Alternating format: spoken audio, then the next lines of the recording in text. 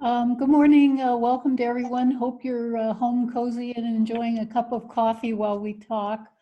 Dona and I are both definite tomato gardeners, and apparently approximately 90% of home gardeners grow tomatoes.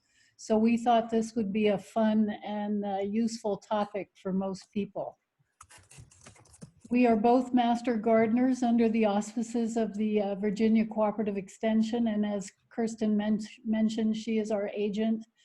We are volunteers whose main mission is to do public education. There are many resources available to you. There is the help desk, which normally is open, but now can be accessed by email. There are plant clinics in Arlington and Alexandria at the farmers markets and libraries. There are many, many free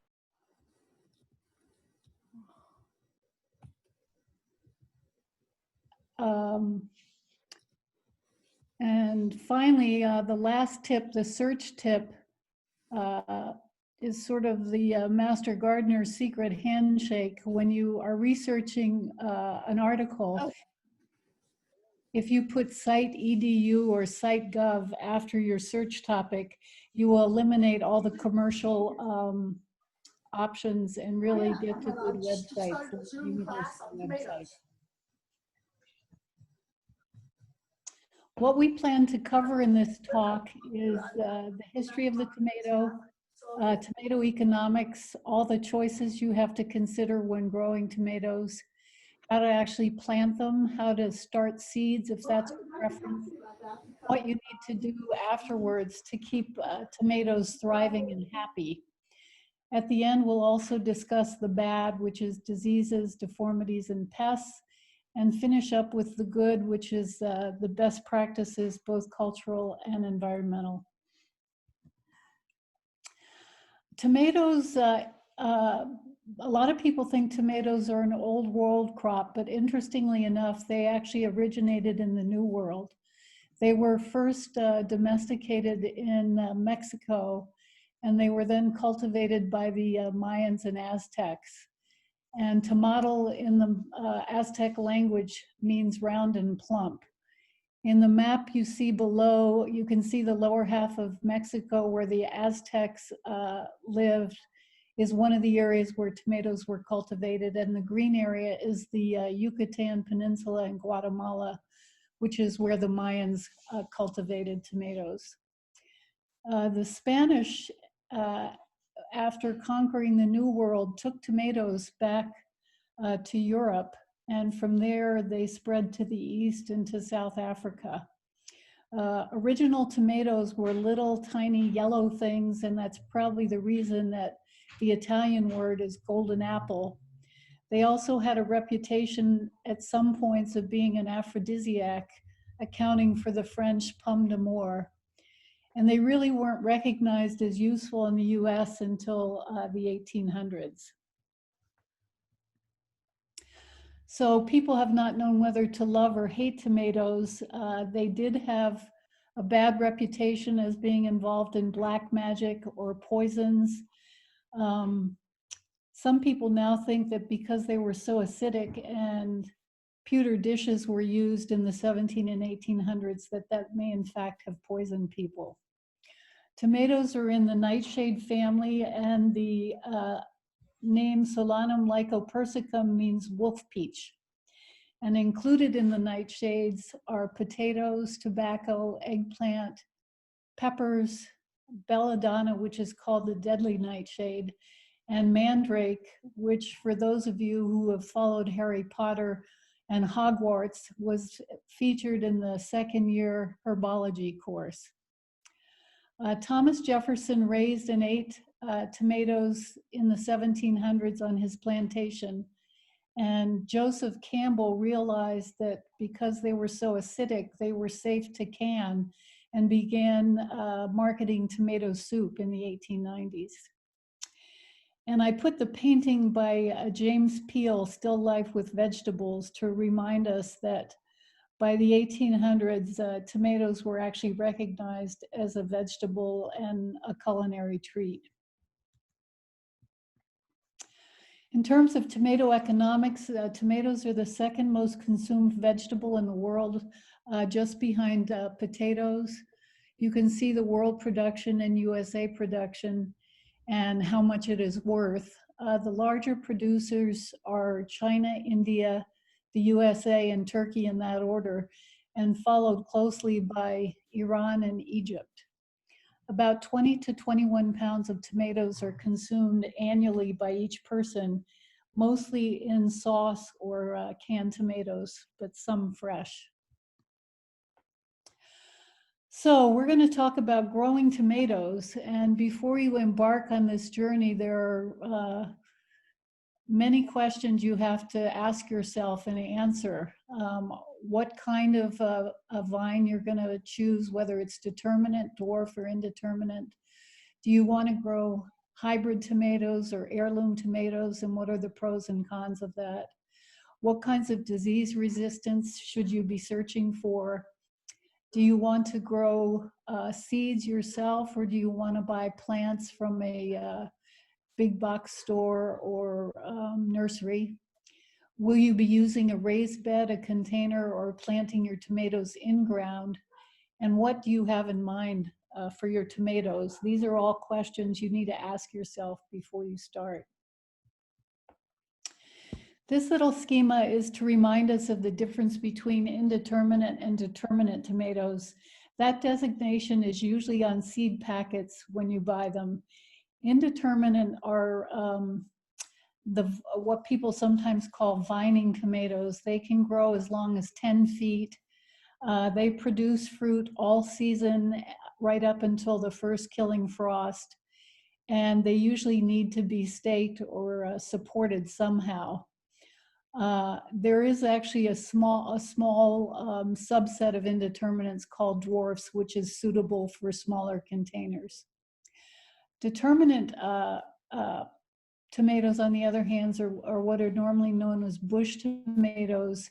They rarely get bigger than 4 feet tall. They're very suitable for growing in containers. They usually produce their tomatoes very early in the season and all at once, and then die.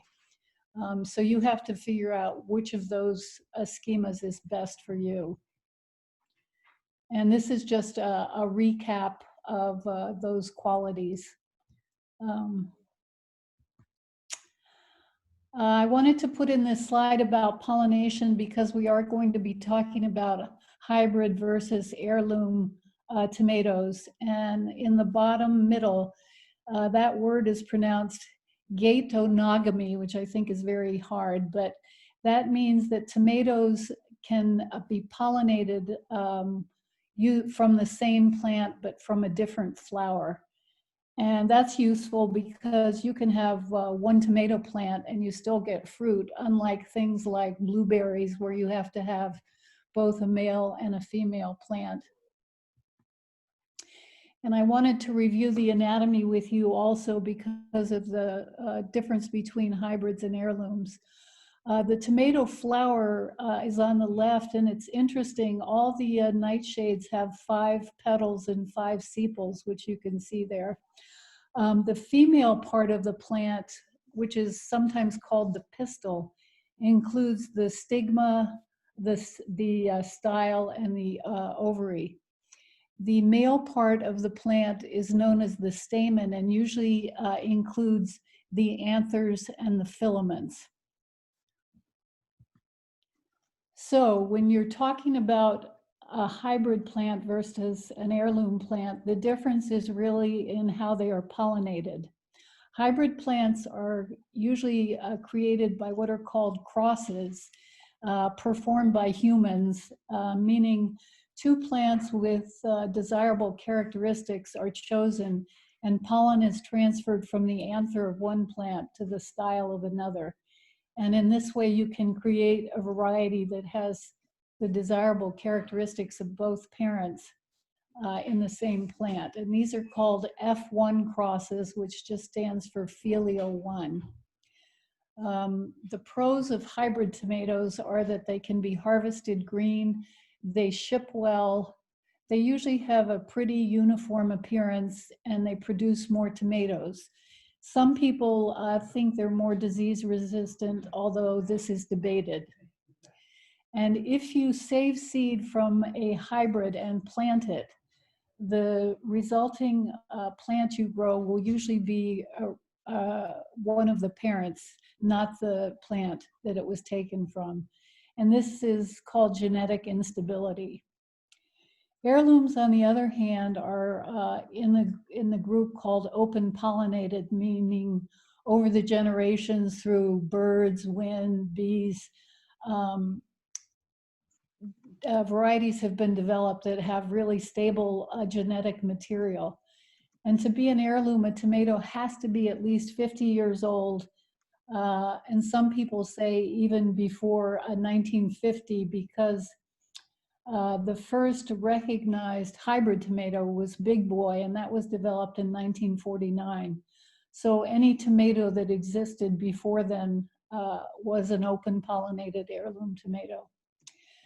The pros for heirlooms are they have usually much more outstanding flavor and color and taste. I mean,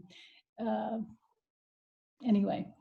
And heirloom varieties, as I've mentioned, are all open pollinated. And the nice thing about heirlooms is if you are a seed saver, if you plant the seed the next year, you will get exactly the same tomato that you got it from. And this is just a reminder again that if you're a seed saver and plant seed, if it's a hybrid, you'll get probably one or the other of the parent plants. If you plant an heirloom seed that you've saved, you get the heirloom plant itself. We haven't talked about the diseases yet, but they're listed on the left side of this slide: early blight, late blight, septoria, fusarium, and verticillium. And there are many situations where you would like to have resistance to those. And this is just a list of cultivars that have been developed that have resistance to those diseases. And we'll be sending out this presentation as a PDF, so you'll get this. And these are tomato disease resistance codes that used to be put on seed packets, but both Dona and I checked all our tomato seed packets and couldn't find it on any of them. So I think our recommendation is if you want to chase this down, the best thing to do is to go to a seed catalog or a plant catalog. I'm going to stop there and see if there are any questions thus far. And if not, we'll continue with Dona. We have one question here for you. Yeah? And that is, what is the most disease-resistant variety of tomato that you can recommend for beginners? Bush resistant? What's the most disease-resistant tomato that you recommend for beginners to use? I don't know the answer to that. I don't know what's the most disease resistant. I think you have to look at what your problems might be or what you've had trouble with before and choose a variety that's resistant. I don't know the answer to most resistant. You go back to the previous chart, Colleen. Yeah. So, I mean, if you look at this chart and you are interested in something like a cherry, you might see that some of the varieties on that have more than one resistance, and so that might help you choose something, or just pick what you can find. We'll talk about that a little bit later and see how you do. If you've had problems in the past, then it's kind of more important to think about it now. Another question that has come up is, does the kind of soil make a difference? Do you recommend a particular kind of soil to help keep tomatoes? We're going to get into some of that, so maybe we should just get into the next section. All right. So Colleen, the next slide. All right, so kind of touches right on this, getting started. Where do you want to grow tomatoes? So the first thing that you want to think about, the most important for tomatoes, to my mind, is really sun. Optimum growing for tomatoes is 6 to 8 hours of sunlight per day, but more is better. And you want to make sure that you have good airflow and it's not sort of in a blocked area, and that if you have if you're planting in the ground, that you have decent drainage and not sitting water. If you are planting in pots, that you don't block the drainage holes. You want to make sure that you have adequate water supply and handy water supply. I mean, obviously you're going to get water from rain, and we'll talk about that later in terms of what tomatoes need and how you might need to supplement. You want to have some wind protection, but again, you want to have good airflow. In terms of soil, you can do a soil test, and we're not going to get into the details here, but we can provide information or possibly go into it at the end on how to actually do a soil test and where to send it at Virginia Tech. It's something that you can mail to them and you'll get a reply back. And they'll talk to you about your mineral content, your pH, which is important, and even you can ask them to measure the amount of organic matter. You can get the soil test form online at Virginia Tech or on the MGNV website. And then you can get the kits at, I guess the garden centers have some of them, like Merrifield and Green Street. But basically, you're going to provide a sample of your soil, a sort of a good composite sample of the soil. Generally, if you're doing raised bed or traditional garden, not for containers. So some of the choices you might have are a traditional garden, what we think of what maybe your grandparents had or your parents had or what you have now. Adding on to that is a raised bed where possibly you're starting a new garden, or you've had problem because in Virginia we have a lot of clay in our soil, and so sometimes it's hard to get good drainage, and so people will tend to make raised beds and then put in garden soil to that. Or you may use containers because you have a lot of shady spots, but maybe you have a good spot on a balcony or on a patio, or perhaps you live in an apartment or a townhouse, and that's sort of your best bet. So those are some of the things that you're going to want to think about. If you don't have enough sunlight, you're going to probably be disappointed with the production that you get from your tomato plants.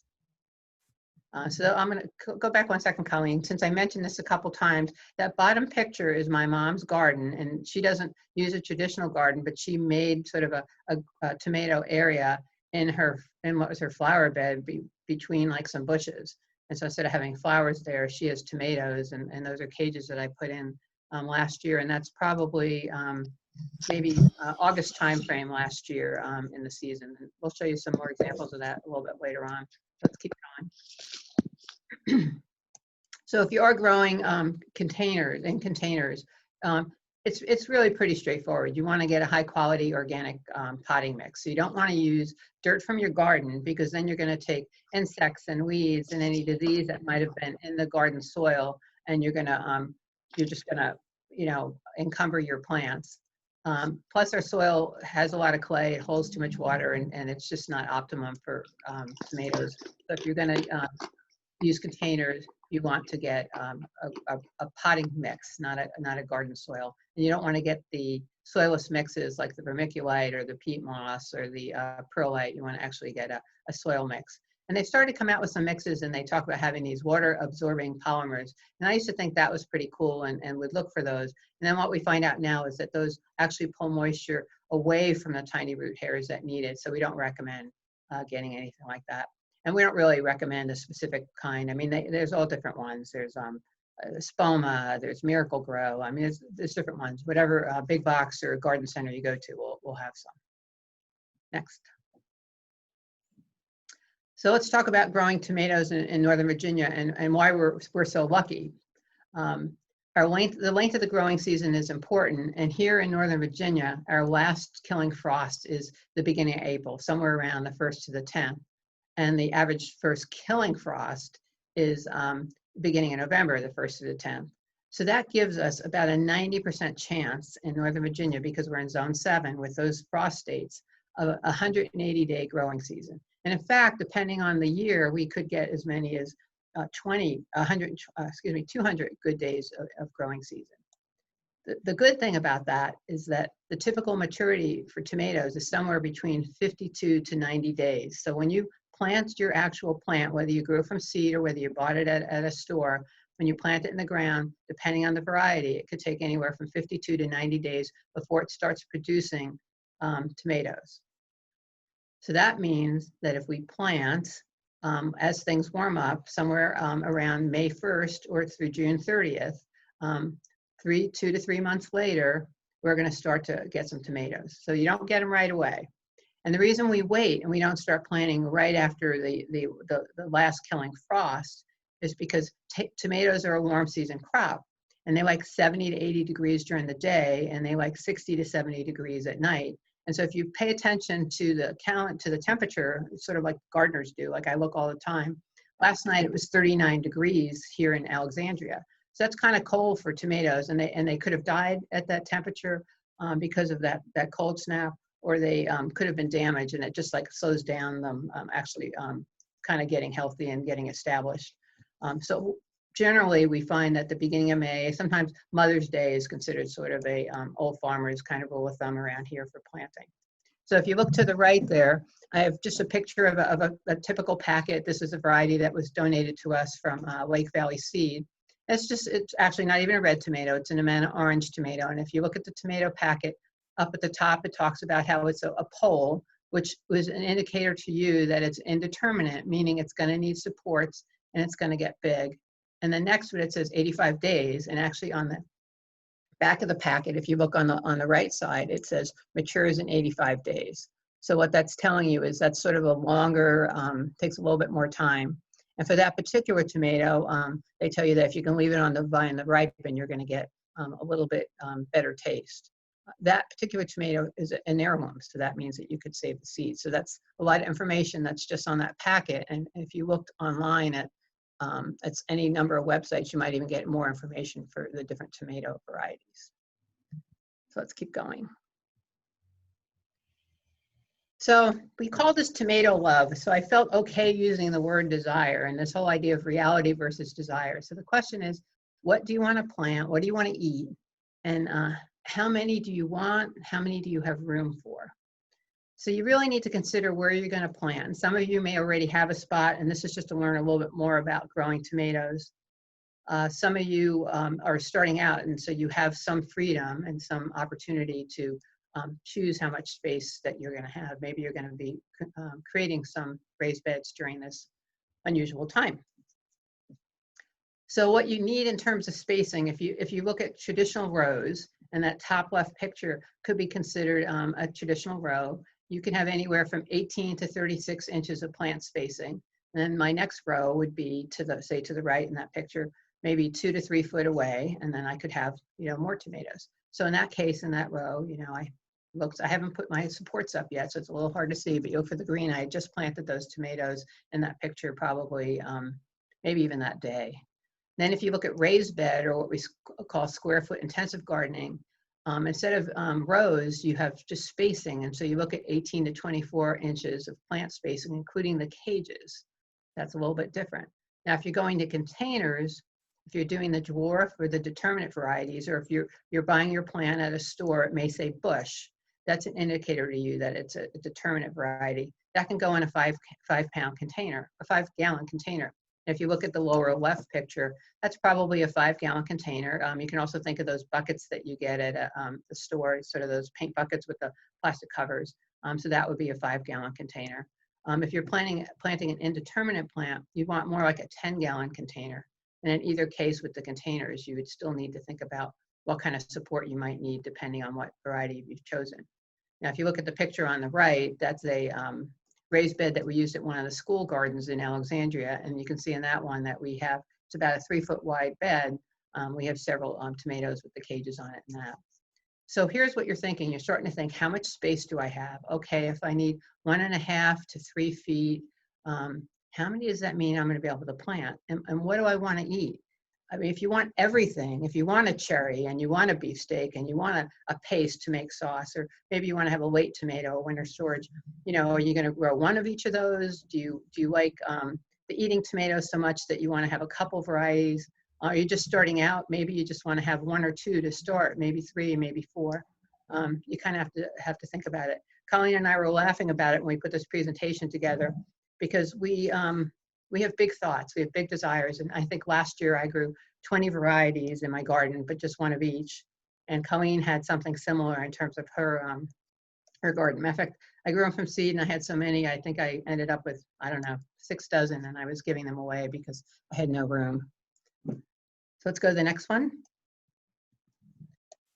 So Also to think about in terms of size. So I'm sort of trying to get you to focus on the physical layout and the physical space that you have.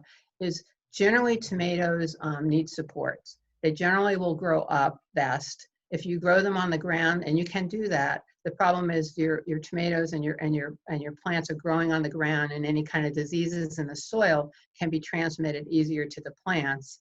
It may be a little harder for them to get sun. And again, you're taking up a lot of space, where if you grow vertically, I'll show you later how you can take advantage of the space under the tomatoes to try some other things. So the question is, time and money.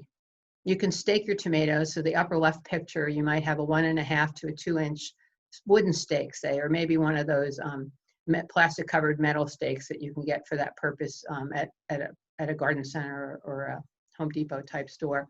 Generally, you're going to need those to be 6-7 foot long, because you want to pound them into the ground about a foot, because the tomato plants are going to get heavy, especially once you start forming the tomatoes and they're ripening. And so you want to consider that. And maybe that's the cheapest, but even so, those stakes might cost you $2-3 a piece, but they'll last you a few years. Or to the right, there's cages for tomatoes, and you can see that usually the conical cages are pretty common. You saw that in the previous picture that we used at the school garden. Problem with some of those is the ones readily available at the stores might only be 3.5 to 4 foot tall. And when we talked about indeterminate tomatoes, they can get to be, I've seen them as tall as 10 foot, 8 to 10 foot, especially some of the cherry tomatoes that are very vining. But you can actually special order taller cages. You can make your own from fencing, so long as you make sure, if you look on that right picture, the squares need to be big enough that your hand can go through so that you can actually pick your tomatoes. So you don't want to do a fine fencing. The bottom picture is of what we call a Florida or a basket weave or a trellised tomato row. I've used that in the past multiple times in my garden, just as an option in addition to cages. That one, you're putting a big strong pole on either end. And then between each tomato plant, you're putting a pole. So those tomatoes might be, again, a couple feet apart. And then what you do is you start out when the tomatoes get a little over a foot tall, you're going to tie a line to the end. Then you're going to go around the plant on one side, and then around the pole in between the plants, and then around the plant on the other side. You're going to go all the way to the end and loop it around a couple times. And now you're going to come back, bringing your string around the opposite side of the tomato that you did the first time, and again to the pole to tighten it off, and then around the plant. And then you get all the way back to the other end, and you're going to tie it off. So what you're doing is you have your twine on either side of the tomato plant. And then as the tomato grows taller, when it gets another foot taller, you're going to run another line. So a couple things with that one is you have to be prepared to be around to be able to run your other line as the tomatoes sometimes shoot up. And then two, if the tomatoes kind of get out of control and you haven't maybe pruned them very much, you might need to tie some of the pieces that sort of aren't contained within that twine back to the twine. So those are some options for tomato supports. And so you need to think about it. Like the one I use that's a square one is about 14 inches by 14 inches. So I need to keep in mind when I put that in place that I'm going to need that space as I lay out my plan. So let's go to the next one and we'll look at some specifics. So here's just a couple sample layouts just to kind of get you thinking about this visually. So the top one is, say you have a 2 foot wide by 10 foot long row. And so what you might do, those circles with the X's in them, are tomatoes.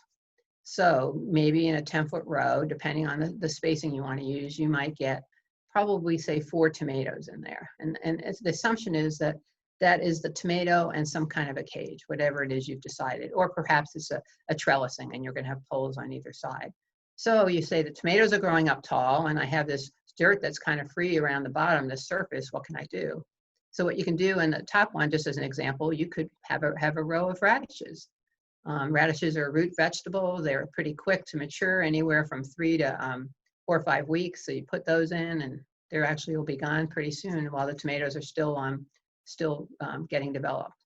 You could also have basil plants in that. So I show some basil plants in the back, and you always think of tomatoes and basil. That's a nice combination. Well, it's actually a good companion planting. So you can do that. Now, if you look at the one in the middle, that's a 10 foot long by a 4 foot width. Now, Colleen does her beds 4 foot wide like that, so that's similar to what she might have, where she can have eight tomatoes in that bed. And then what she's doing, what she could do, or you could do, is because the tomatoes get tall and provide some shade in the center, you could have greens in the center. And where around here it gets warm, you might actually be able to have greens into the warmer months, maybe not till August, but maybe into late June, maybe even July, because they're shaded.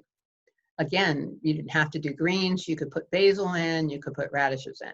Those are just some thoughts. And the last one, this is like my beds, and this is like the one that we did with the school garden.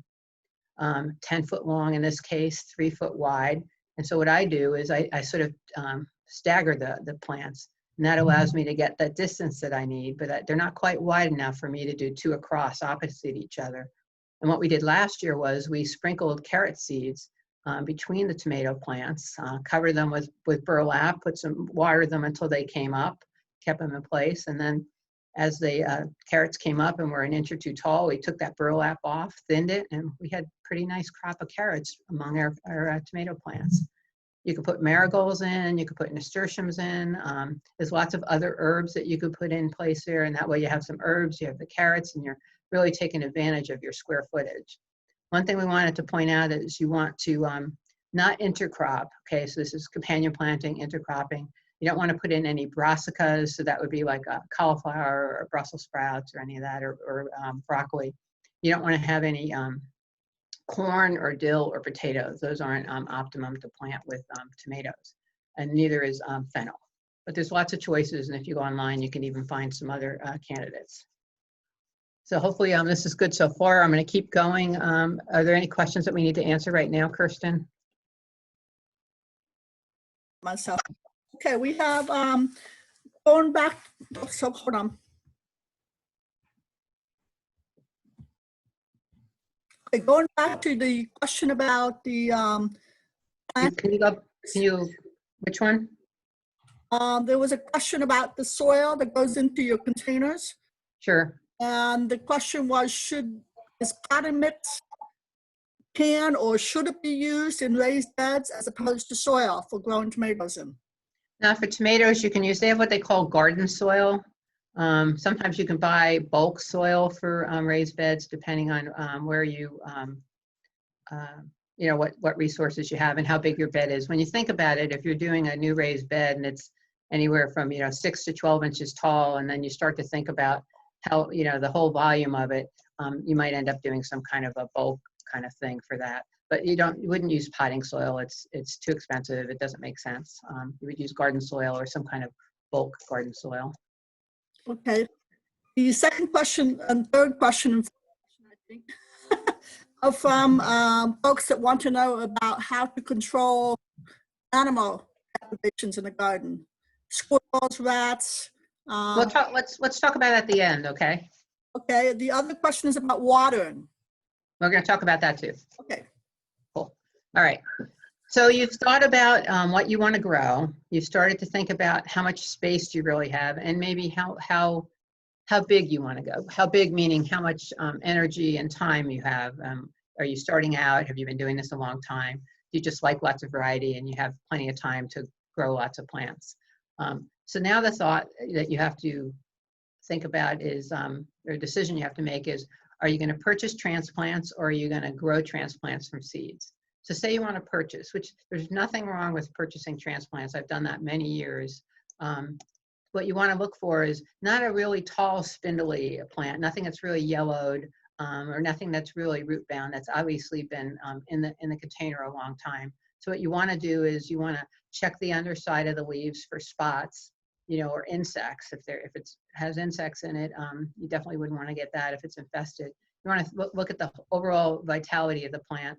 Generally, when they come from the growing sites to the stores or the nurseries, they tend to look good in the beginning because they're really being shipped at their optimum. But once they sit a while before they're actually sold, depending on how they're taken care of and how much sun gets on them and how often they're watered, they can get pretty spindly and they can get really sad looking, especially as you get later on. One of the problems that we found is often they'll have tomato plants sent to the purchasing locations, the nurseries and the stores really earlier than you can plant them. Like if they have them right now, it's too early to plant. I'm not going to plant for at least 2 weeks, maybe 3. And so some of them have had tomato plants for a couple weeks already. So it's a little hard for them to keep them looking good on those racks that they have. So you want to kind of do the best you can. And you can actually pull one of the plants out and see how root bound it is. You may get to the point where you don't have a lot of choices. It's sort of what's left at this point when you're ready to plant. And so you might have to just take the best that you can. And we'll talk about how you can do the best with that when you go to plant it later and give it its best option for doing well. So let's go to the next slide. So if you're not going to buy your, and the reason to buy, grow your own tomatoes is choice. You just get a little bit more choices. If you buy transplants at the stores, you'll see similar things, you know, the Bush, the Big Boy, the Beefsteak, Sun Gold. Those are all good options, and they probably do really well in this area because they wouldn't be selling those over and over every year if they didn't do well in this area. They would bring in, you know, new choices. So you're not making a bad decision by buying things at any one of the nurseries or the hardware stores. But say you want to start seeds. One, maybe just because it's fun, you know, maybe you have children and you want to let them see how things actually grow from seed. That can be kind of fun. So here's what you're going to need. You're going to need a south-facing window or grow lights. You're going to need seed starting soil. So this is a little different than potting soil. It's a little bit lighter. If all you have is potting soil and you want to use that, go for it. You're going to need some containers. I'm going to show you an example here. We said we could do some show and tell. So here's a little 6-pack cell. It's very small. It's maybe 1 inch by 1 inch. This is part of a larger 72 cell tray that I got. 72 cell tray is a lot of cells, and that might be just too much. So you could use something like this. This is just a little 9-ounce cup. I'll make a hole in it, and I could use something like that. So I'm trying to give you some ideas so that you don't have to go out and buy a lot of things if you're just going to try something from home. You're going to need some kind of a tray to put your cups in or your containers that you can then cover or put in a plastic bag. And I'll tell you why in a minute. You're going to need your tomato seeds. So if you don't have seeds and after this you want to try something, we can tell you again how to maybe get some free seeds tomorrow or the next few days from the Master Gardeners. You want some kind of spray bottle or something so that you can gently water. You might want a heating pad. I use a heating pad, and I'll tell you a little bit about that. And you might need some kind of fan or some other kind of air source. And we'll talk about that. And down at the bottom there is a link to a VCE publication. If you just put in that publication number, you'll get a general purpose expanded information on plant propagation from seed. Let's go to the next slide. So you can generally plant tomato seeds indoors from the beginning of March to the beginning of May. I'm going to show you a picture. I'll show you in a minute a picture of some seeds I've planted and what stage they're at. So you're going to fill your container. So say that little container I showed you, or that cup, you're going to fill it with some sort of seed starting mix. If all you have is potting soil and you want to use that, you can use that. Then you're going to add 2 or 3 seeds to the mix. Now let's see. I guess I got rid of them. So let's see, how many seeds do you get in a packet? Well, this packet here has 100 plants. So what you don't want to do, as enthusiastic as you might be, you don't want to put all 100 seeds in there, honestly, because one, there's just not enough space. And I don't know if you can see on my hand here, that's what a tomato seed looks like. And you should know because you see it when you eat your tomatoes, right? So you're going to get a lot of seeds. The nice thing is because they'll be viable for 4 years, you can get a packet and use it for a couple of years in a row. And especially if you grow it 1 year and it's successful, you can continue on. So you're going to put a couple, 2 or 3 seeds in each section. You're going to soak it with a little warm water. And you want to make sure the soil is all soaked but not stopping. And then you want to cover it lightly with a little bit of additional soil. Generally for tomato seeds, they say about 1/4 inch deep. And then you're going to cover it with either a plastic top, a plastic wrap, or put it in a bag. And you're going to put it in a warm place to germinate. The interesting thing about seeds is they don't need light. Tomato seeds don't need light. They just need warmth, and they need water. They need some moisture. You could put it on a heat pad. That's what I do. You could put it on a refrigerator top. You could put it on a dryer, and if you use your dryer a lot and it gets warm, it'll heat the bottom of it. But you want to make sure that you have it on something that's collecting any water so that you're not dripping water all over. So you want to keep it moist but not soaking wet. If you get a lot of condensation on the top, you want to remove the top or the bag and drain that off. You don't want that in there because the seeds can actually get moldy. Now, normally your seedlings should poke through most tomatoes in about 7 to 14 days. And that first set of leaves are called the seed leaves or the cotyledon leaves. And I'll show you a picture from my, again, so here's my seeds. And in my case, because I put my, my tray on a heating pad and put the cover on top, my tomato seeds actually germinated in about 5 days. So it's really quite early. So that's what I have there. So let's go to the next one. So my seeds germinated. So I showed you this picture. Here they were, they germinated. So once I have those seed leaves and those first couple, you really want to get them out from underneath that cover. So one of the problems is if you do a giant tray, which I did one year, things germinate at different times. And so what I did this year with my 72 cell set, I actually cut them so that they were 6-pack cells, so that as one germinated and I had the same kind of seeds in that, I could actually take them out and move them.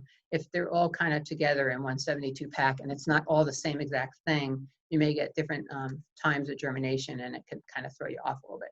So you see here in this picture on the top left, on the top right, that looks like it's probably maybe a paper towel roll or a toilet paper roll. Again, if you want to save some money and start out easy, you can use that. You cut it, you fold in the bottom like that, you put some seed in it. The only thing I will tell you is as these things get wet and they sit, they start to come apart. And I found myself using paper clips to keep them together. But to get your seeds started, you can use that, and then we're going to move them anyway into later pots, so that's not such a bad thing. So you're going to move them out. Now you need to get them in the sun, okay? They've germinated. They need sun now, or you need to get them under grow lights. And you want to do something like 12 to 18 hours daily if you have it, if you're using grow lights. I happen to use grow lights. What I found is in my townhouse, I don't get enough sun in the south-facing windows, and they got really leggy. And so what happens is the stems get really long and they stay skinny. But you want to, if you use the grow lights, you want to keep the plants 1 or 2 inches from the grow lights.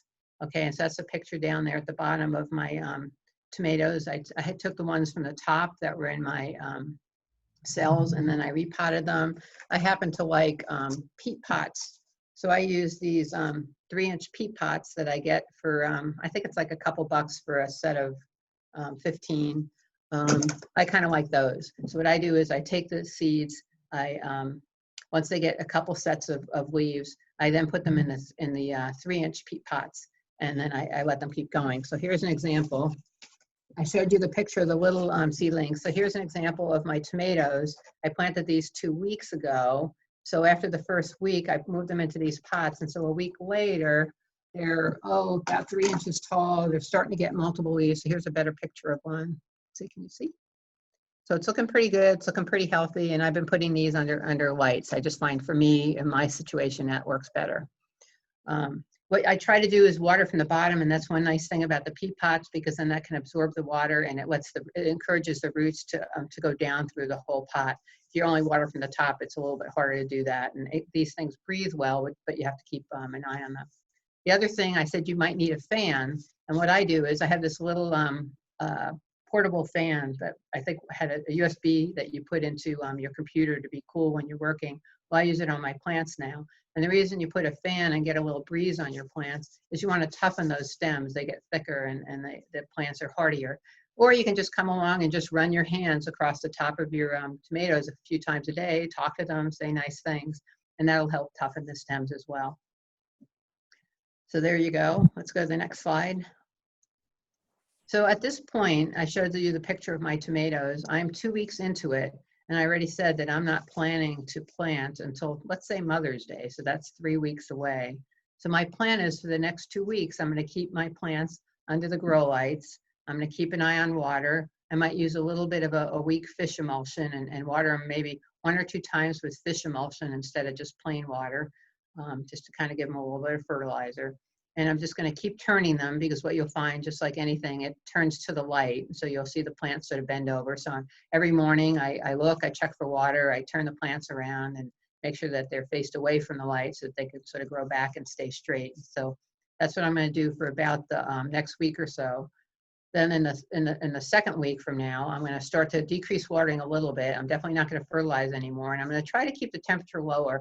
If you can do that, in my case, I don't like have a garage where I can take them outside and let them be in a cooler temperature. So I'm not going to worry about it too much. But about a week before you want to plant, and even if you bought tomatoes from a store, you might still want to do this because you really don't know whether they've hardened them off. So this process of hardening off transplants is getting them ready to be outside. And so you could say, well, the ones I have were already outside and I don't need to do this. And that might be true. You might still want to get them used to sunlight because it's possible they've kept them in some kind of shade just to kind of protect them a little bit at the store. So what you want to do is maybe put them out for a half a day in shade, and then the next day put them out in sort of shade sun combination, but for a longer period. Eventually you want to get them into full sun, and you also want to start to leave them out as it's getting colder at night. So you want to definitely have a day or two where you're leaving them out all day and into the night. And so that's what you want to do to harden off your transplants. Definitely need to do it if you're growing your transplants from seeds, and you likely wouldn't hurt to do it if you picked up a transplant. So it's probably a good point to stop. Are there any questions here? Donna, there's a question about using old seed. Old And seed. how much seed viability is lost by using old seed? Well, what we've read is you can use your seed to up to 4 years old. What I generally do if I'm using seed that's a little bit older is I'll put a few more seeds in. I might put in more than 2 or 3. You could put in 5 or 6. One of the things I didn't mention, and I apologize, I should have, is say you put in, say 5 or 6 or even 2 or 3. The cool thing about tomatoes is when you go to repot them from the cell to the larger pot or the larger cup, you can actually gently separate out those tomatoes, and you can actually repot each one of them, especially if like 2 of them look really strong. Actually, sorry, I didn't mention this. If 2 of them look really strong, you can separate them out and put them into 3-inch pots, and I ended up doing that. But in the end, when you repot them, you want to have 1 tomato per 3-inch pot. And so the other ones, if you take the whole cell and plant it into a 3-inch and don't separate them, you want to gently, using something like this, maybe a small pair of herb snips. I don't know if you can see these. You might want to just cut down at the soil, at the top of the soil, the extra plants that you don't need, because you want to allow the roots to grow. And if you keep all 3 or 5 or 7 growing, you're not going to get one good tomato. You're going to get a bunch of poor ones. So sorry, I should have mentioned that. Kirsten, another technique that some people use to check the germination rate is ahead of time, before you're ready to plant, put 10 or 15 seeds on a damp paper towel, cover them, and wait for them to germinate, and just see what your germination percentage is. And then using that, you can figure how many seeds you have to put in a container to get the number of plants you want. Yeah. Okay, another question. I started my seedlings and they are leggy. Should I start again? How can I? No. So here's what you do. If your seedlings are leggy, especially for tomatoes, tomatoes will grow roots all along the stem. So what you're going to need to do is you're going to need to improve your light. And I hate to tell you this, but you're going to probably need to get a grow light. If what you're doing is just trying to put them in the window and get enough light on them, you just don't have a good spot where they are. Now, if you think you have another spot in the house that's better, you could try it. But you can get grow lights. You can get the non-heat ones, or you can get the heat ones, and you can get a holder. And it's a little bit of an investment, I will say that. I think I have 4 or 5 or 6 grow lights now, and I got the pricier ones. I think they were $15 a light, and plus the holder.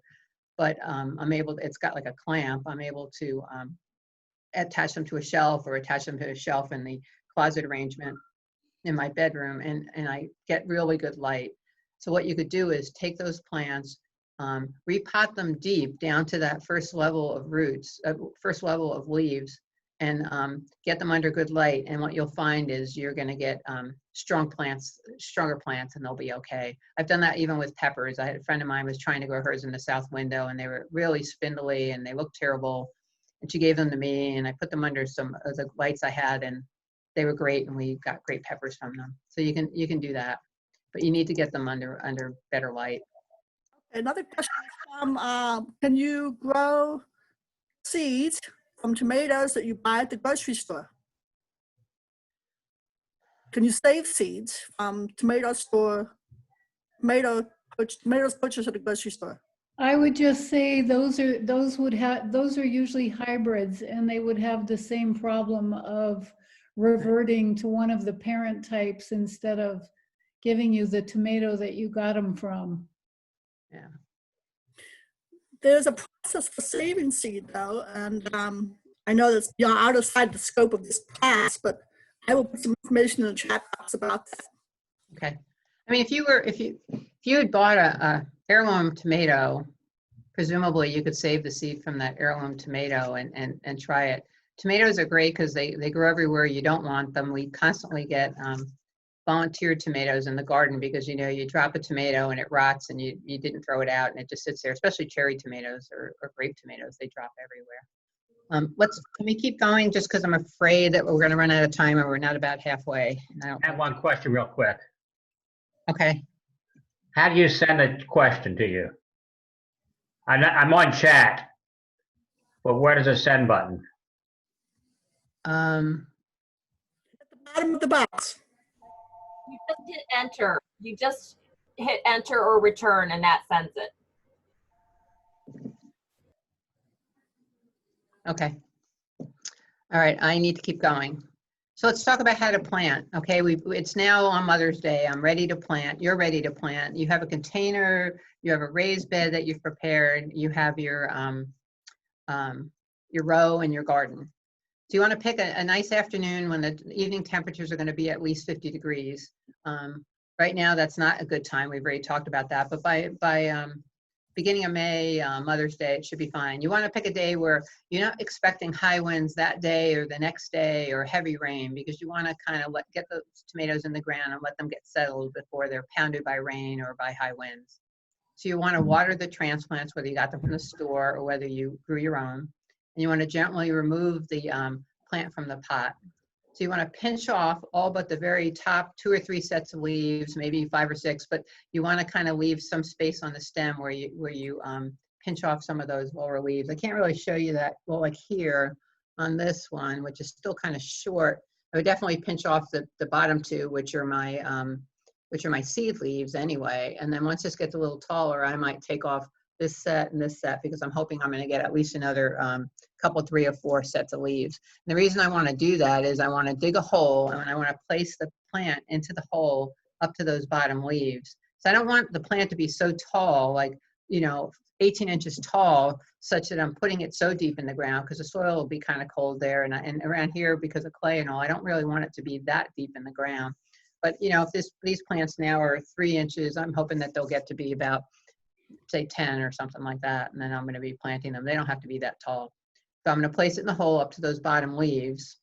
And then I'm going to put soil all around it. I'm going to mix in some compost, and I'm going to press it down firmly around the transplant so that there's a slight indentation so that the water doesn't just roll off when I start to water it. If I want to, I could put a collar, like here they're showing you a collar in the bottom photo to protect against cutworms. I have to tell you, I don't actually do that. I haven't had a problem with cutworms, but people do, and that's a way that you can protect the tender young plant. I will also tell you that if you have a problem with animals, deer and such, you definitely want to, well, I have a fence around my plot, but you can also, just by putting in your cage, if you're using cages at that point, you can help protect the young plant. If you're using stakes, you might want to use something like a collar to help protect it, or something a little bit higher to protect it so that you can keep animals away from it while it's still young. If you do have a transplant that has a little bit of an elongated stem, or like that person that said they had some that were really kind of skinny and all, and you got them to look a little bit better, but they're still a little bit long, you can use a technique that we call trenching. And so that top picture is trying to show you how you do a trench. And so you dig a shallow trench, maybe 3-4 inches long. It depends on how big your the pot is that your soil's in. If it's like this 3-inch pot of mine, 3-4 inches is fine. Then you want to lay the seedling in the ground horizontally, so that just the top few inches are showing. So you've already taken the sort of those lower leaves off. And then you're going to carefully cover that up, and you want to be a little careful, and the plant may sort of look like it's going to bend a little bit, but once it gets settled and it gets some sun, it's going to straighten out for you. What I feel is when you do this trenching process, you definitely want to have all your tomato supports in place, and especially if you're going to do a trench tomato, because you want to make sure that you put the trench in a way that you're not going to impale the lower stem that's under the dirt that you can't see. And so if you plant it and are able to put the support in at the same time, you don't have to worry about remembering which direction you trenched it. Then you want to maybe put about a pint of another diluted fish emulsion around each plant. It helps settle the soil down around the roots. And then, like I said, definitely put your plant supports in place. If you don't do it then, you definitely want to do it within the week after you plant, because you don't want to disturb the roots. Tomatoes tend to have lots of roots, but they can have shallow roots, and so you don't want to disturb those roots. You want to get the cages or the poles or the stakes in place. Next slide. So we said you're going to use fertilizer or something dilute to start for the transplants. After that, they have a process, they call it side dressing, and really that just means you're going to put a little bit more fertilizer after you get the first cluster of tomatoes, and it might be a balanced 10-10-10. It could just be a nitrogen, like a blood meal type fertilizer. If you've done a soil test, the soil test will tell you whether you actually need potassium or phosphorus, the P and the K, and you might just need nitrogen, and blood meal is a good choice for that. Then you side dress again 2 weeks after you get your first ripe tomato, and then a month later, and so that's sort of the fertilizing that you're going to do. Next slide. So let's talk a little bit about further care of the tomato plants.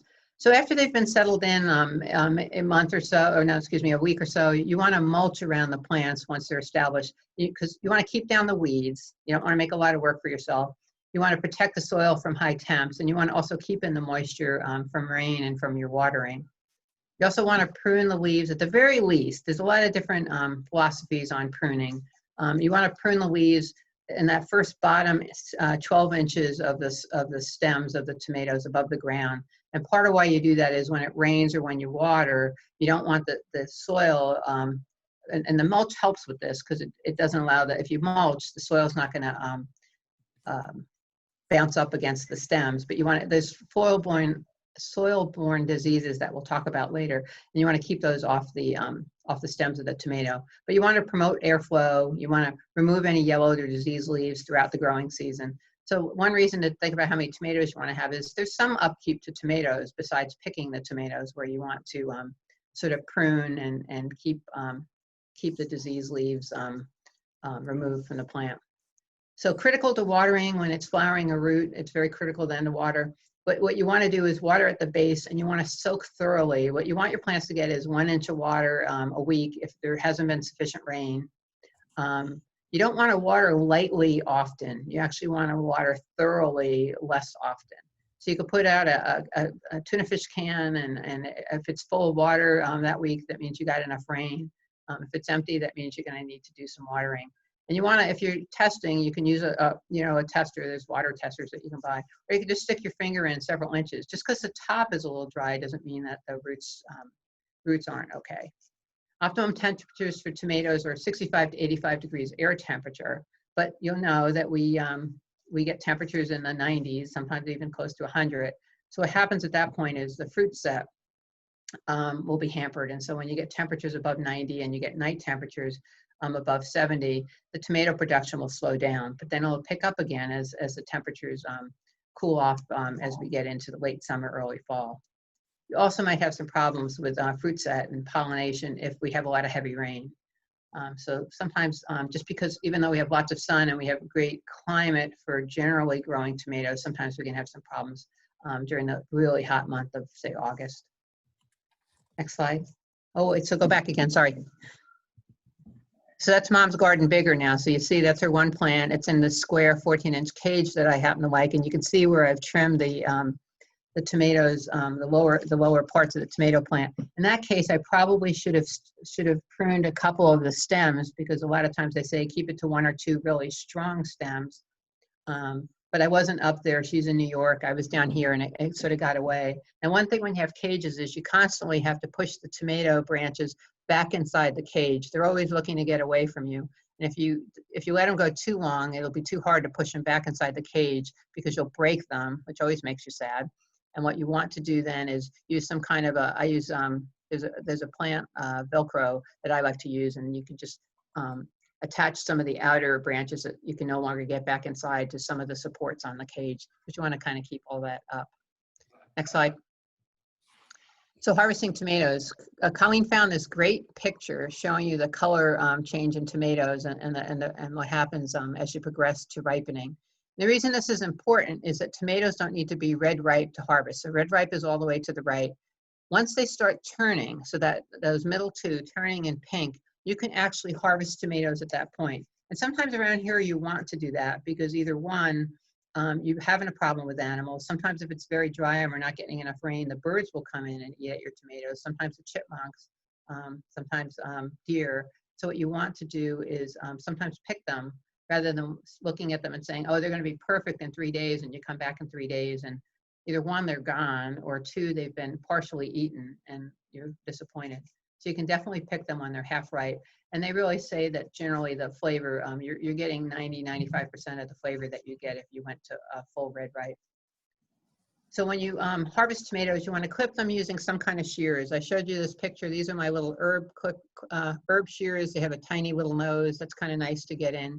You don't really want to pull them. Only ones that you can really pull are cherry or the small grape tomatoes. But the larger tomatoes, you don't want to pull because you risk damaging the stems, and you risk pulling off other flowers that haven't yet formed tomatoes.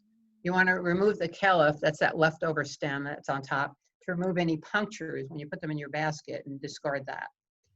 You'll notice with cherry tomatoes, when you pick, if they're well ripe, the caliph doesn't even come off. They just come right off the vine without that. If the caliph stays on the cherries, then they're definitely not quite ripe yet, even though they might look near ripe.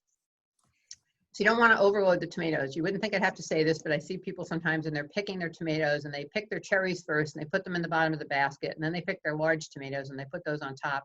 And when you get them home, you end up with these split tomatoes. The problem with split tomatoes is then they're going to apt to just go bad on you or get some kind of a airborne disease, and you're not going to be able to eat them. So what you want to do is don't stack them up. Keep them single layer, and definitely keep the cherries and the small tomatoes separate from the larger tomatoes. If you get split tomatoes, separate those from the perfect and eat them right away, or roast them and do something with them. Don't let them sit too long because they'll end up going bad. And everybody I think knows, don't refrigerate ripening tomatoes. Tomatoes need just room temperature to ripen. Just leave them out in a couple, 2–3 days after you pick them. If they weren't fully ripe, they will be. Once they get fully ripe, you could put them in the fridge for a day or two just to keep them if you can't get to them. But generally, the sugars start to break down, and you won't have the best flavor. Next. Are there any questions at this point? Yes, there are a couple questions. One question is about the whether or not virus will live on the supports and cages from season to season. Do you want to wait till you? I think you probably should assume they do and clean them well like you do all your other tools. Maybe even with bleach. Yeah, I think my larger concern is about the soil-borne viruses that are in the soil. So, Yes. verticillium, for instance. Yes. You're going to get to that, Colleen, right? Yes. Okay. Any Okay. other for this side? There's another question from somebody who said that they produced a lot of tomatoes last year, but could not get them to turn red. What advice do you have for them? Well, were they not producing? I guess it depends on if they weren't. It took a long time for tomatoes to actually turn red last year. We had just weird weather and weird water and weird overwatering at one point, and then we had not so much water. And so I found that my tomatoes took a really long time to turn red. But once they half break, if they get that slight little bit of color on them from the green, you should be able to take them inside. And as long as they're not diseased, which they probably aren't, you would know. We'll talk about diseases. They should ripen inside, not a problem. or outside on a table in the shade. So, There's another question about pruning tomatoes, which we can save to the end. okay, good. All right, let's go because we have a big disease section. All righty, we're going to talk now about the bad aspects, the diseases and the bugs.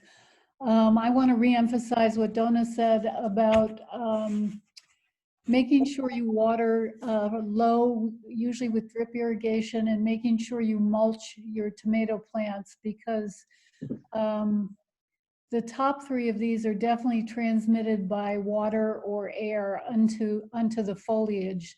And mulch will help protect the roots of tomato plants, which if they're damaged can allow transmission of fusarium and verticillium. Nematodes can also damage roots. So we're going to talk about the pure foliar disease, which is septoria. There are diseases that affect both the foliage and the fruit, like early blight and late blight, and ones that affect primarily the fruit, like anthracnose. And then the bottom category is those that are actually soil-borne and not air and water-borne. Septoria is probably the most benign of the conditions that affect tomatoes, but probably one of the more common ones, and we've all had it. You notice the lower leaves of your tomato plants are turning yellowish with brown spots. And this is easily dealt with. You can just remove the foliage and you should be able to save the plant. And this particular fungus will not damage the fruit. So generally just good housekeeping will take care of it. Early blight and late blight are more problematic. Early blight is caused by a fungus called Alternaria solani. It is called early blight, but it can actually appear anytime during the growing season, often more in the beginning or middle, but can occur at any time.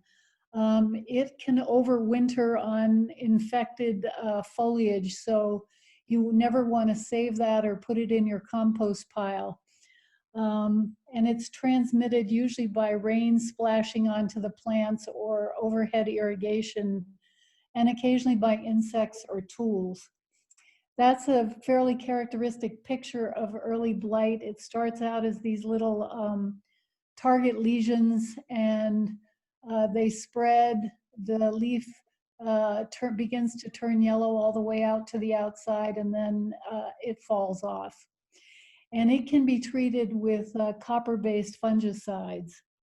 You can see that it also affects the fruit and gives the appearance that you see in the bottom of these leathery depressed spots.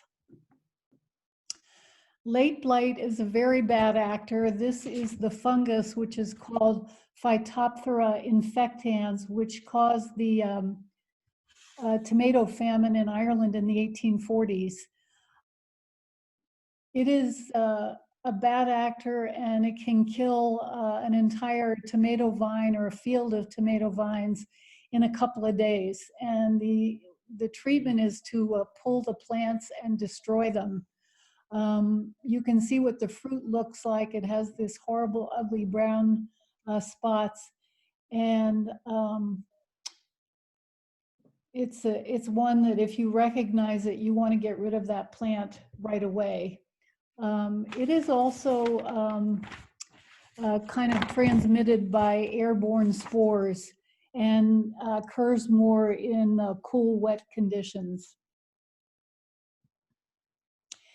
Anthracnose is actually a group of conditions that can affect trees, roses, and garden crops, and it's caused by an assortment of fungi. The one affecting tomatoes is called Colitotrichum coxoides, and it can cause these depressions and discoloration and then these horrible black lesions on fruit. It usually happens in very ripe or overly ripe tomatoes. But the good news is that you can sell, if you get to these early, you can salvage the part of the fruit that has not been affected by the anthracnose and use it. The next two, fusarium wilt and verticillium wilt, are soil-borne and root-delivered diseases that are very bad actors. They usually make their entrance in injured roots, and the roots are either injured by people not being careful planting the plants or mulching around them too vigorously, or by root nematodes. And the first appearance is usually that the lower leaves turn yellow and may fall off, and it's often just on one side of the plant and not the other. And it's diagnosed by making a cut in a tomato stem and seeing this brown tissue that you see on the right, which is the xylem, and it is discolored and brown when it's infected. And the verticillium looks very similar, and this is a cross-section picture of that. And again, you can see the brown color in the xylem. And you can imagine that the leaves and stem on the bottom side of that plant would look terrible, but the preserved area where the green is there and no brown might still look okay.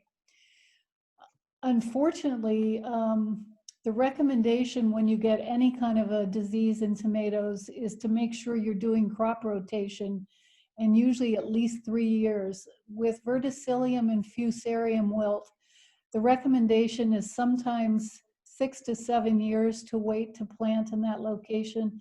And some people say you should never plant in that location again. But you will notice on the seed catalogs that verticillium and fusarium wilt are one of the codes that you can look for to pick seeds or plants that are resistant to these conditions. And this is just several legends that describe those resistance codes.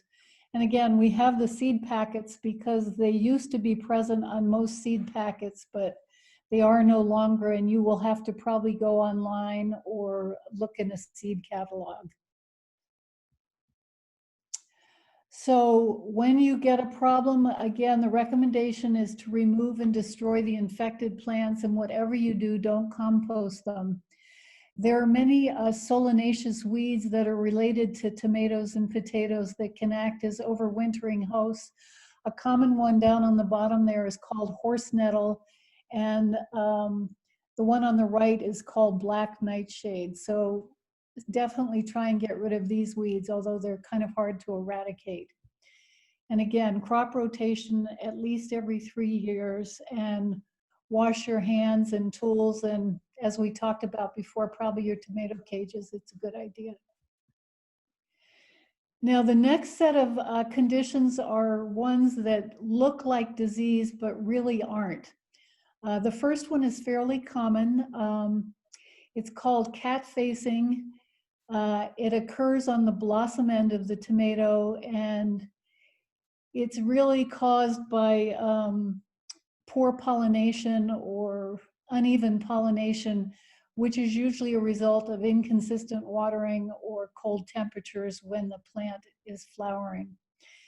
You rarely see this in cherry tomatoes or Roma tomatoes, but it's more commonly seen in like beefsteak tomatoes or heirloom tomatoes. And again, you can just cut off the bad part of this tomato and eat the rest, and it should be fine. And there really isn't any treatment for this except to try and make the watering consistent and help the pollination. This is another pretty common condition called blossom end rot. This also occurs on the blossom end of the tomato, and it's caused by calcium imbalance. This is usually caused by fluctuation in moisture, but can be caused if you put too much nitrogen fertilizer, which displaces the calcium, or your soil has too high or too low a pH. But we're hoping that you will have checked this ahead of time. And so the main thing you can correct is the fluctuation in moisture. This is also common deformities in tomatoes, either radial or circumferential cracking, again caused by inconsistent watering when the flesh actually grows faster than the skin and the skin splits. It's really an issue because these are portals for primarily fungal infection. And again, you can eat this tomato, you just cut out the part that has been injured. Sun scald, we haven't talked about much, but this can occur if the tomato fruits don't have enough leaves shading them from sun injury. It can be a result of excessive pruning, or if, for instance, you got a septoria problem and you had to trim the lower leaves from your plant, you might end with some fruit that looks like this. Again, it can be cut out and the rest of the fruit used. And finally, tomatoes can get these funny looking shoulders that are yellow or green. And this happens when their pigmentation agent lycopene is inhibited. And that's usually at very high temperatures. So if you were someone who maybe got your tomato plants in a little late and the fruit is happening when the temperatures are 80 degrees or above, you might have a lot of tomatoes that look like this.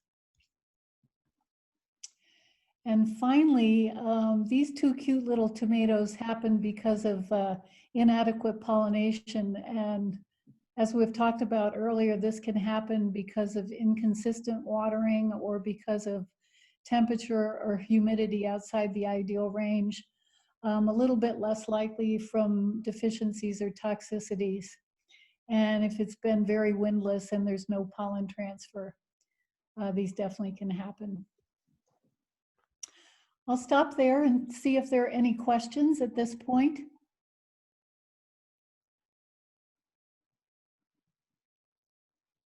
If not, I guess we'll go on. We can take more at the end. All right, so we've talked about diseases, and those are probably, those and the disease mimics are the more common things I think that you're going to see, well, maybe just based on my experience. So we wanted to give you some pictures, one, because they're such cool pictures of some of the bugs that you might see in your garden. So the cutworm in the upper left is the one that we were talking about when you put in those tender tomato plants and have first planted them. A cutworm could come along and cut it off right at the soil surface, and so that's why those collars can be important. You could get cabbage loopers, the potato beetle, because the potatoes and tomatoes are in the same family. You may later on in the season see some white fly or possibly some aphids. All of this stuff can be handled. If we go to the next chart,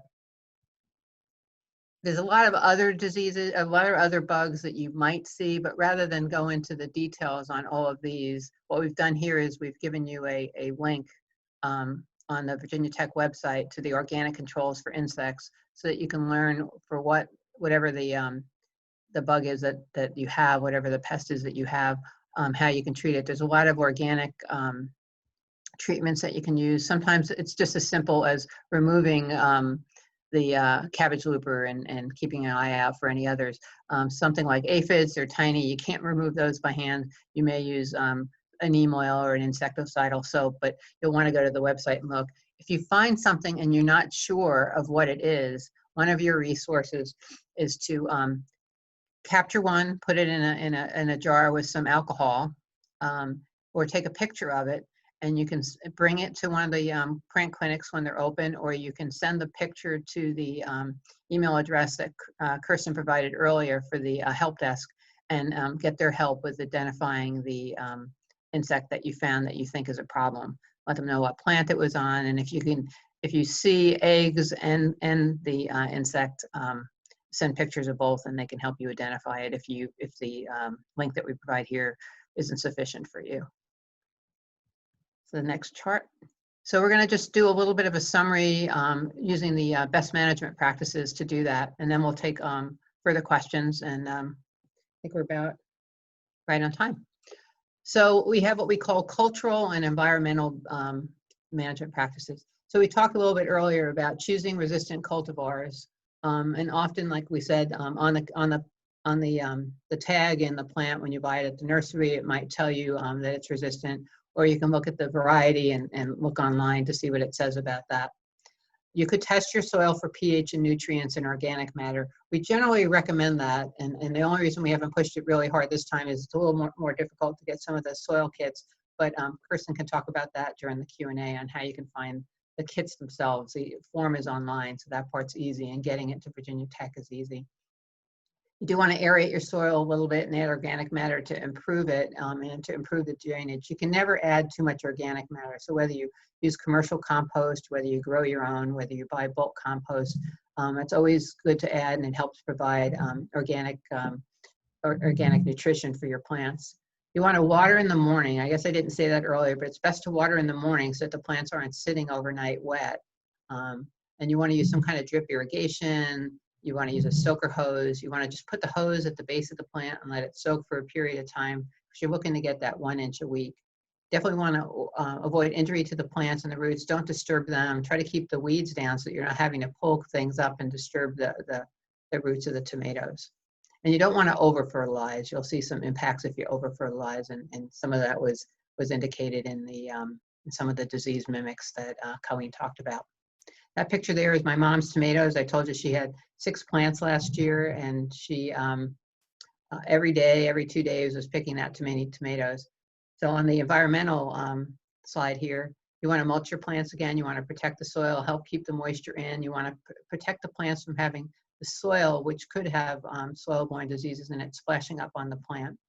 You want to avoid overcrowding and promote circulation. So there's a plant there, tomato. That was a cherry tomato plant that got to be 8 foot tall. It overgrew the top of the cage. It went against the bush in the behind it and then to the side, but it produced tomatoes all season. But we provided some air circulation lower, and as things got diseased, we just cut it off, and you can see the top growth is beautiful and green, and can't see all the little yellow sun-gold tomatoes, but there are plenty of them. So you want to trellis or stake your plants. Consider using raised beds if you have a problem with clay soil. If you're switching a lawn area to a vegetable area, sometimes that's a perfect opportunity to do raised beds. And we have a publication on the Virginia Tech website on how to create raised beds, and it gives you a lot of do's and don'ts on what to use for the wood and what to use inside it for the soil. You want to add companion planting, and we talked about that on that chart. There's other vegetables, there's herbs, and there's flowers, and any of that. One, it'll give you some pleasure in terms of it'll look beautiful. It'll give you some things to use in your cooking if you do herbs, and it'll help your tomatoes in terms of providing good pollinators. Main thing is use the right plant in the right place. Try to find a sunny spot. If you have just shade, you may need to think about doing containers and moving the containers into a sunny spot that you might have, whether it's in a driveway, whether it's on a deck or a patio or a balcony if you're in an apartment. Next slide. Here you go. Okay, I wanted to tell you a little hack for watering that I think is really neat. It's called an Oya. This technique originated in South and Central America, where they have watering implements that are made of pottery. Here we can use a plate and a pot, and these can be glued together, and you have to use a waterproof glue, and what you end up with is something like this. This can then be buried in the soil, and that's what I have pictured where my dog is photobombing. And you can plant these all around your tomato plants. You can put, at the same time as you water the plants, you can put water in the hole at the top, and gradually through capillary action over the ensuing several days, your plants will have a much more continuous supply of water. And this hopefully will help some of the problems we've talked about with inconsistent watering, like poor pollination and fruits cracking and things like that. But I think this is a wonderful technique for extending the benefit of your watering. And this is one of my favorite cartoons. This says, I need everybody to come down to the garden to cheer on the tomatoes. And these are our references. It's not exhaustive, but there are some good ones to get started with. And we also plan, when we send out the PDF, to send you this chart about tomato diseases. And there's another chart about cultivars. About cultivating tomatoes, which we will send out as well. And we're happy to take any questions. There is a question about pruning that has been long-standing. Would you recommend pruning? I Well, do. Donna and I were talking about this and whether to actually bring this into the talk, because it's somewhat controversial. Some people swear by removing the suckers where the leaf joins the stem, or what's called the petiole, and other people are very opposed to pruning. I don't feel strongly. I used to do it and I don't do it anymore, but I don't know about Dona. I do mild pruning. I don't always prune down to 1 or 2 stems, partly because sometimes I plant and then I'm away, and by the time I got back, they've gotten so established I can't bear to do it. If you go to the link on the references for University of Maryland tomatoes resource, they go into specifics on how to prune, and they even have a video that shows you how to prune the suckers. So the suckers would be between one of the leaf branches that's coming off and the main branch. You'll get a sucker coming off that's going to end up with blossoms. And so some people will say for the lower ones to remove those, because then you're keeping more strength in the upper part of the plant. You don't want to grow lots of leaves, you want to grow lots of tomatoes. And so they feel that it helps concentrate the energy of the plant in sort of growing tomatoes.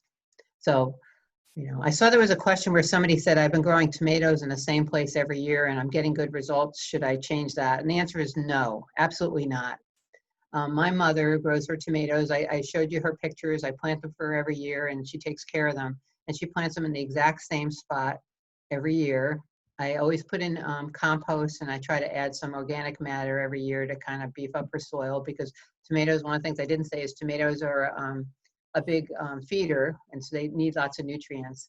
And she doesn't even always water the way you say you should. I mean, sometimes she waters frequently because she waters her lawn and it happens to water her tomatoes. So again, whatever your practice is that's worked for you, stick with it. Don't change it if things are working for you and you're getting a good yield and you're happy with the tomatoes that you get, because you figured it out and you have something going on. I mean, I had 20 tomatoes last year, 20 different plants, and I got a small portion of tomato production compared to my mother's 6. I mean, we had different weather down here. I'm in a different soil, and it just wasn't a good year for me. But she had, you know, hundreds of tomatoes from those 6 plants. She was giving them away to everybody that walked in the house and came to visit her. So just do what you're doing. There's a big question that repeats several times too about whether or not you have any advice for people that wish to keep squirrels or exclude birds or chipmunks or possibly rats from damaging your tomatoes. Well, I use raised beds and I put chicken wire at a height of 2 to 3 feet around each raised bed. And sometimes I use a row cover on top because the birds also like tomatoes, or you can put bird netting on top. My sister-in-law, who gardens in Lovettsville, actually has to worry about deer, and she has a fence placed around all her raised beds, and it's electrified. That's a pretty big stretch for a lot of people. Right. The chicken wire for the little critters actually works very well. Okay. I have a fence that's 5 foot all around my garden, more to keep out the deer, but it goes down to the ground, and I have it staked to keep out the little animals. For the birds, one of the things that I do is, like I said, I pick my tomatoes half ripe, especially if it's been a little dry, because I do find that the birds come in and they peck at, and even I guess the chipmunks peck at or eat a little bit of the tomatoes. And sometimes they're still on the vine and you can sort of pick them and cut that part off. Other times they fall to the ground and they're rotting and they're no good. So if I see something and it's starting to ripen a little bit, I'll pick it and take it home and let it finish off there. The cages will help a little bit with the deer, but they'll definitely eat the top if you don't have a fence, if they can get close. Some people have found that moving containers onto the deck will keep the deer away. There's some things you can get motion activated, like sprinklers, that will scare them and they'll go away, but you need, you know, a yard and the right location and setup to be able to do that. But some of those things will help a little bit. Anything else? Facts, first of all, those big old hornworms that sometimes attack your tomatoes, that you can eat them, and there are some cultures that actually fry them up and eat them. I'm not in a hurry to line those up for my dinner party, but also and some advice from folks about putting out water in the summertime. Do you think that will help keep the birds from attacking your tomatoes? I don't know, but you could try it. I don't know. Okay. All right. Anybody else have any questions?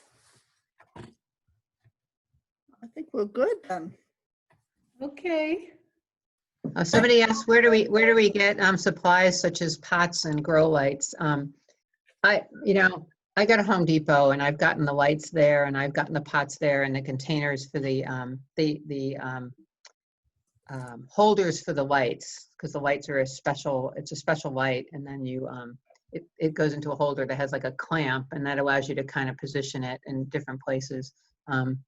One technique for if you get the grow lights and you're going to use those is, I learned this from another gardener. Instead of trying to move the grow lights to the plants, I move the plants to the grow lights, and so I use all kinds of things that I stack up so that I can get the tomatoes close to the grow lights to start with. So I might have cereal boxes on top of each other to get the lights up high, because I have my lights attached to a shelf above my washer and dryer, and that kind of works well. And then as they get bigger, I can take those, whatever I have underneath, away and give the plants the room that they need as they're growing. So that's a little bit easier than trying to move grow lights. Some people have grow lights on a stand and can move the grow lights easily, but yeah, I'm in a townhouse and I don't have all that. So if we got people's email, which we'll get for those that registered online, we'll send you this presentation in PDF so that you can have it as a reference. I'll do that this afternoon. All right. Thank you all very much for coming today, and thank you, Dona and Colleen, for the wonderful presentation. And we'll look forward to seeing you at our next presentation next Friday, which is on composting, I believe. It is composting, yes. Education classes are on the MGNV, Master Gardeners of Northern Virginia website, and hope that we'll see you again here. Thank you very much. Bye. Thank you, Kirsten.